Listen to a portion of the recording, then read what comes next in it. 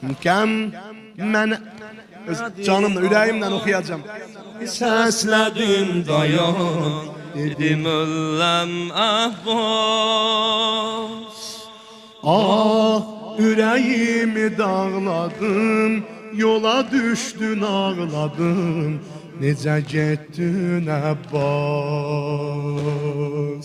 Sus, sənə yalvaran zaman, edin içmərəm sudan, əmir-i ehsan. Əcəb, suyu həsrət eylədin, nə qiyamət eylədin, evin abad Abbas. Sən Kimi qardaş, gələ bilməz aləmə, aləmi yeddin. Sənə siriyəl qəmə söylədi oğlum. Başın üstə Fatimə, canəmə bəlfə dedi, canəmə bəlfə. Sən kimi qardaş, gələ bilməz aləmə, aləmi yeddin.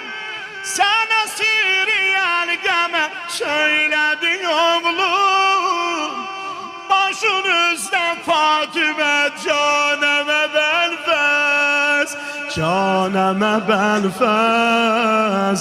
Sənə canımız fəda, canəmə bəlfəz. Sənə canımız fəda, canəmə bəlfəz. Sənə canımız fəda, canəm. Bir də bundan da uca uca. Canəmə bəlfəz, canəmə bəlfəz. Sənə canımız fəda, canəm. Sənə canımız fəda, canəmə bəlfəz. Sənə canımız fəda, Canəmə. Qulaq as dinlə bura bura. Sən hamının pənahisən, şəbi eşqə mahisən, bu qədər tez batma. Bax, dizim üstədir başın, qocalıbdı qardaşın, məni gözdən atma. Heyf ki murada yetmədin, hərəmə qayıtmədin, edəsən su ehsan. Ehsanın qəbul ay qardaş. Oyan bu qoşun gülür mənə, sənə ağlıram sənə.